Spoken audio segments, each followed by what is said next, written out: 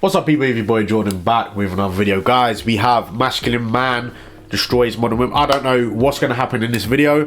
All I know is just the video. I'm going off the video title. I have no idea. I believe it has something to do with feminism. Like men need to be more feminine and all that stuff. I'm not going to go there. I'm really not going to go there. We're just going to get straight into this video. Knows me, and again, I'll say that doing OnlyFans, being an actor, as you want to call it, you're free to do as you please. Do what you want. The one thing that annoys me is when those same women then ask for high value men, because to me that makes zero sense. Are you a high value man to be so annoyed? What's your definition? No, I'm literally asking a question. Like, no, I'm not even joking. I'm literally asking a question. First of all, I'm making a point. So after the point's made, then we can go on to the other question. What's your definition of a high value male though? Like, I don't know what that means. A high value man is someone is strong in his masculinity, financially, financially Stable. endowed, financially endowed. And just he controls the show. Like, he knows what he's doing with himself. What's stable in the masculinity? It's Caught a bit of shame. Huh? What do you mean by stable? Like, So a man is in his true masculine. So he's confident, he's strong, he's dependable, he's reliable. These things. So once a man ticks those boxes, he sits in his as a high value male. So he becomes high value. It feels like a bit of a caveman mentality. that's what I was getting. A caveman mentality. But that's where we come from, bro.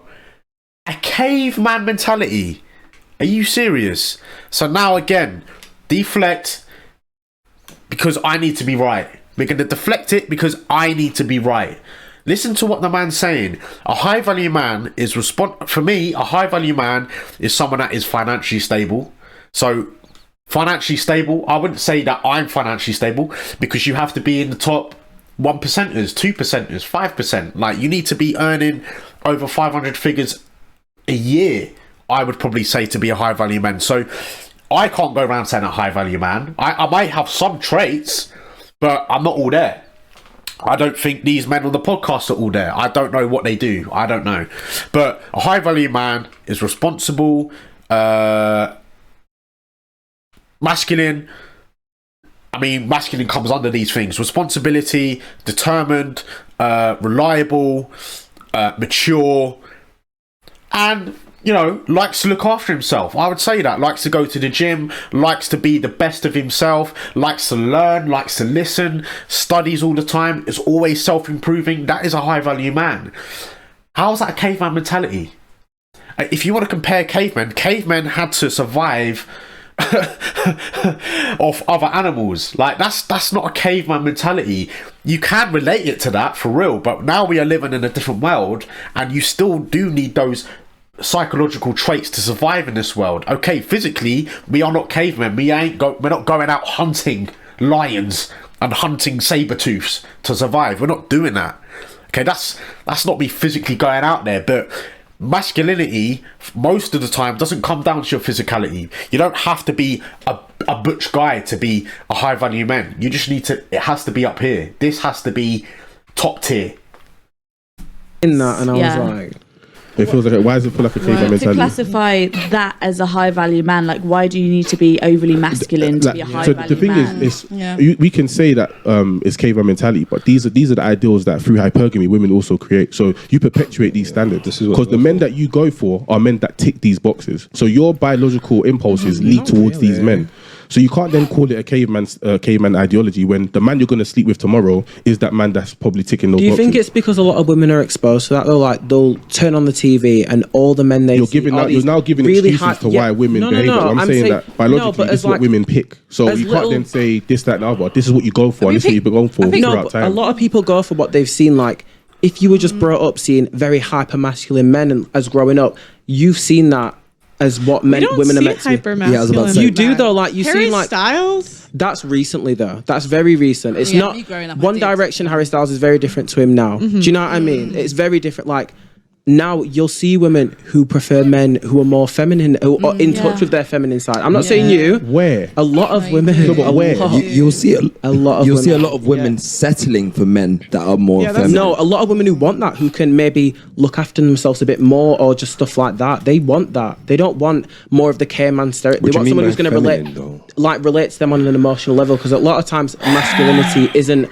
coordinated with. Yeah, but the thing is, men aren't emotional beings. That doesn't make sense. Like, men don't act off emotions. Women act off emotions. Thing is, yeah, and they want to bring up again another guy. Why do people do this? They always bring up celebrities. You can't go into that world, for goodness sake. Stop going into the celeb world to make your comparisons and your arguments. It's irrelevant. Harry Styles is a pop artist. That is his play. That's his performance. His style. That's him. Does he still have masculine traits? Absolutely. Otherwise, he wouldn't be in the position he's in. Doesn't make any sense. The reason why he's like that, that's just his style. That's his swag. That's not him being feminine. That's just his swag. I don't understand why these people always bring up celebrities, the top tier 1% people that are celebs. You know, Harry Styles was, again, in the 1% that actually made it as a pop star. He had to go through Britain's Got Talent, didn't make it as a single artist, had to join One Direction. They became huge. That's how he got his gig. But you want to make comparisons to celebs again? I'm done. If I hear another Nicki Minaj or a Kim Kardashian comparison, I'm gonna flip my nut. I really am. I'm telling you. Being emotionally available.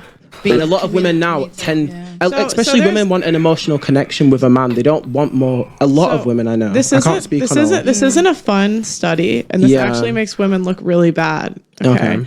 But if a woman sees a man cry even once, she doesn't respect him the same, and she loses attraction to him. When was this made, though? This study? Because our biology doesn't change. This was recent. There's even a Netflix documentary you can watch on it. That's very recent. That depicts this. Yeah, and this isn't fun. But women are telling men to be emotionally available, but that's not what we want to sleep with. I don't. No, but I do think things are changing a lot. So 100%. Potentially for like the younger generation. Thing is, I really don't believe that women want men to be emotionally available. I think women want more men to communicate better. Now that's different. So usually men, when it comes to arguments and all that stuff in a relationship, men walk away. They have the tendency to walk away because a lot of men don't deal well in emotional situations because women are emotional beings. We don't like all of that high stress shit emotionally, so we walk away. But sometimes as a man, it is okay to step back from time to time and say, do you know what? Let me just stay here. Let me just communicate with her. If she doesn't like what I have to say, that's up to her. Like, I feel like men have to communicate better. I do believe that. I feel like there are men out there that don't communicate. They lack communication, and it leaves women in a hole. It really does, because women like to communicate. They like to talk things out, and that's fair enough. But emotional, that's a bit different. Like, you don't want your man to be a snowflake almost, and be like, oh, like, come on. I'll be the little spoon tonight. Like, come on, man. As they come up, they might be very different to maybe how we are now. Then we can wait to see what happens when those results come. But right now, in the world we live in right now, these are the facts of the reality. Because the things we've been exposed to is very different to what they are now. Yeah. Like we're saying Harry Styles, this and that. That may be their first man. That may be like a girl's first man they've seen on stage, and they're like, oh my God, that's what I like. Whereas like a lot of women and a lot of gay men, they've seen like the hyper masculine men who looks after everyone, does A, B, and C. We don't really see that as much anymore. Now we'll see shows where maybe the woman goes to work and the woman. Well, they forced it on us. Do you know what's annoying? Because they want to bring up Harry Styles as he's like one of the first guys to do it. If you go and look back in the 80s, you had man like Prince. You had Prince, Michael Jackson. Like, there were many other artists before them that were in touch with their not feminine side, but that was their style. Back in the 80s, a lot of the men wore makeup. A lot of the men dressed up, wore heels, because they felt like the women like that kind of feminine touch, if you want to call it that. But that was just the style. That doesn't mean that they didn't have the masculine traits. Like I said, to get into the position those artists got into, the men, they had to be disciplined. They had to get up every morning, record tracks, record albums, all these things that made them hyper successful. For the likes of Prince and Michael Jackson, they had all of those things. And it's the same thing in the business world, the corporate world. You have to be disciplined. You have to be consistent. You have to be determined.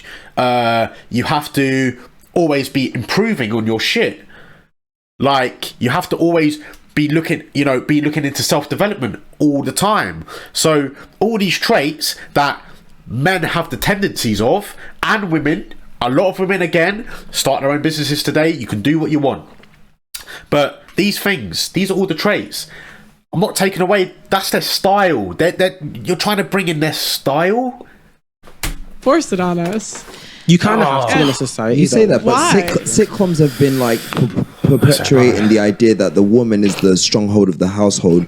Forever. You're saying a sitcom because it's a comedy. That's what they're making it like more The Simpsons. Look at Marge. She's the strength of the household. Look at Homer. He's a useless man. Yeah, look at Bart. He's a joker. He doesn't take anything serious. Look at Lisa. Lisa is the smartest girl you'll ever meet. Like You can't get more. But who brings the money in? Homer.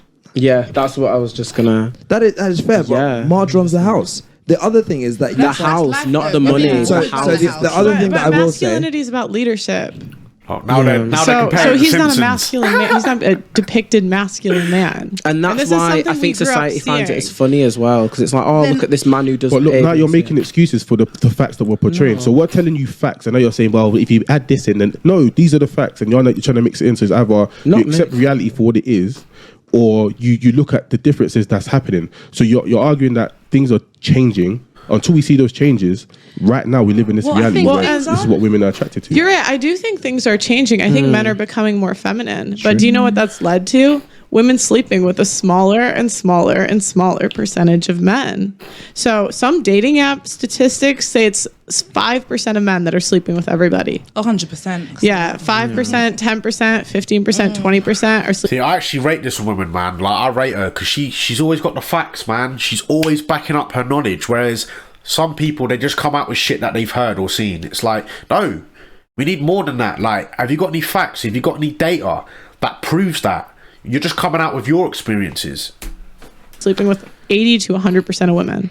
If we're talking about leadership, then, I mean, if we're saying that masculinity is based on leadership and that high value man based on leadership, then my God, there's not many men doing that anyway. Yes, and that's one of the reasons. Because because society's become more female-led. That's one of the reasons. Gynocentric. It's not even about, yes, we've got the fact that society's letting women lead more, what have you, but some women have no choice. That's in the matter. It's true. So, and I feel like because we have a lot of, I can't speak for all men, we have some men that want to go and be wild, have fun, and not have responsibilities. Women have stepped up. It rather could be because men made children and they wasn't around, and the rest of it. So I thought, because you're 19, right? Yeah. I'm 35. So how we see men is quite different, and how we portray men is very different. We wanted leaders. We wanted men to run. We wanted men to lead us, and they couldn't. Therefore, we've had to. But women leave more. So when it comes to marriages, you're talking about kids and fathers not being there. Yeah. One, we all say that women mature faster than men anyway. So that's one fact. The second is that women divorce men 70% of the time. 70. Some stats say 80, and if you're college educated, we leave 90% of the time. Isn't that? Well, I read most of that to do with adultery and stuff like that. Rather most of it's to do with financial. It's finance and adultery. Two things that I've. There are two, but remember, men and women cheat at the same rates. It's very close. It's 23% and 28%. So they get caught more than we do. Right. So arguably, women cheat more. So that's why you can't put adultery on the men if we're doing it at the same rate. I'm just saying that for me, growing up in the age that I am, being a millennial, the way that men were portrayed to be, they never, and a lot of them did not actually reach. They didn't make the cut. So we've had to become more right. But did you make the cut? Or what, in what sense? Well, I'm saying, like, you don't have a ring. Did you make the cut? But do I want to get married? That's another question. Babe. Well, that's fine if you don't. Do you know what I mean? But I'm saying, majority of women still do. And that's. I think, you know what? If you want to be that kind of woman that wants to get married and be a certain way, then I agree with you wholeheartedly. You have to be a certain way to get what you want. You can't be out here thinking you're going to. So hang on a second, yeah. You've come out of all of that knowledge, saying that you're 35 years old, being a millennial, saying that there were no men in your life that were leaders, which again is bullshit, because you got to bring facts and stats into that. How many men were you seeing? What kind of men were you seeing? And then you don't want to get married.